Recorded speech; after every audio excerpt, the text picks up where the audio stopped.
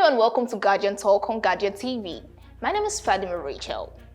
As the world marks the World Hepatitis Day, we shine the spotlight on a public health concern, hepatitis. According to the World Health Organization, WHO, over 350 million of the world population are living with hepatitis, which they are not even aware of. In Nigeria alone, hepatitis B is prevalent and is often undetected until it's too late to do anything. Today, joining us live at the studio is Dr. Olaide Balogun, a public health consultant, who will be shedding more light on what hepatitis is, how it is spread, and ways to prevent it. Stay tuned.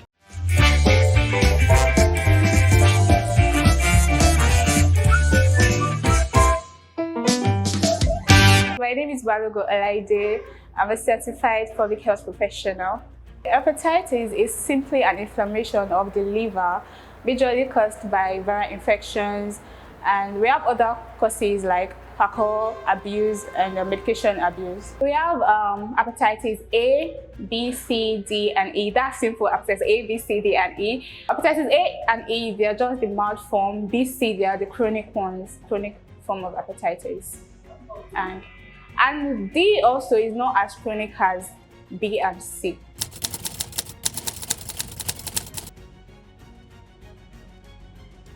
The most common type of hepatitis is hepatitis. Actually, we have two. That's hepatitis B and hepatitis C, and they could be transmitted through blood-to-blood contact. That's when through like a mother to child during childbirth, and this could be transmitted also through unprotected sexual intercourse.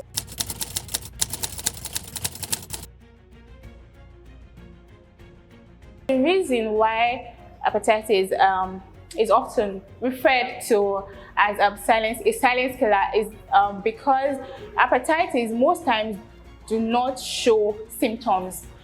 Sometimes you might not notice it gets to the serious phase, to the chronic phase.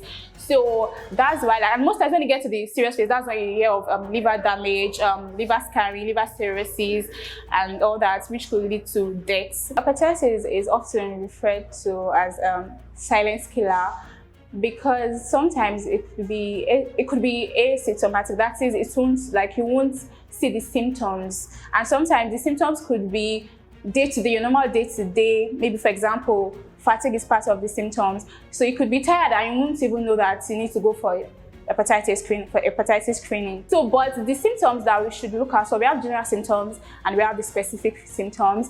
I would start with the general symptoms. We have fatigue, as I said earlier. We have nausea when you feel like you want to throw up. We have joint pain, and for the specific symptoms, we have when you notice that there is a yellowish color on your skin, which is jaundice, yellowish color, or in your eyes, so jaundice. And when you also notice that you have like a pale feces, so that's also part of the symptoms.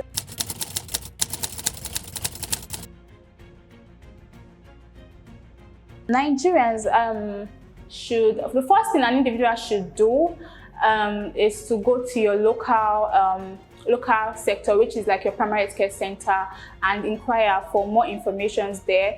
There are a lot of services being provided at the primary level.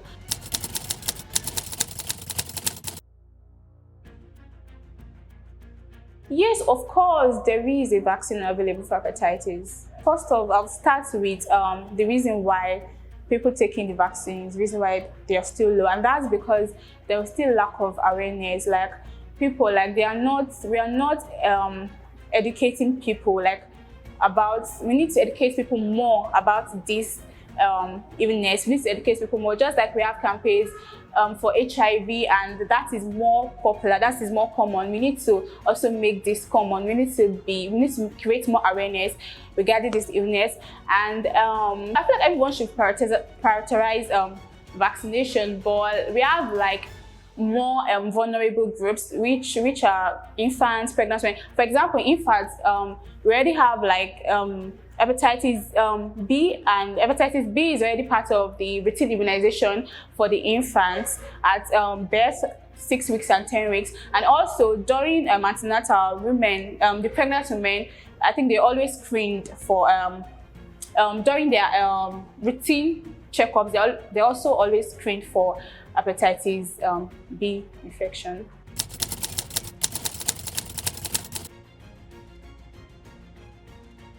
If an individual is tested positive, the first thing that would be given to the person is antiviral medication. Go to your primary care centers, they provide these services there.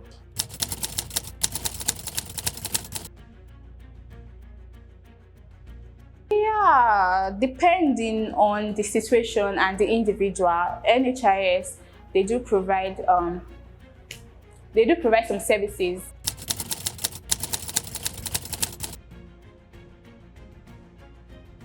Now, say people think that hepatitis is a death sentence, which is like HIV. No, they're both not.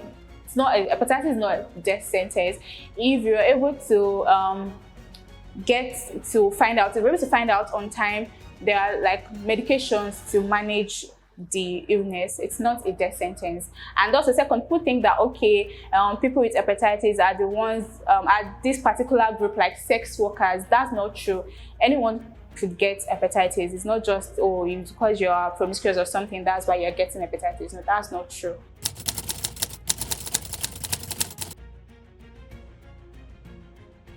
I would say people should go for screening. I mentioned earlier something about stigma. So if everyone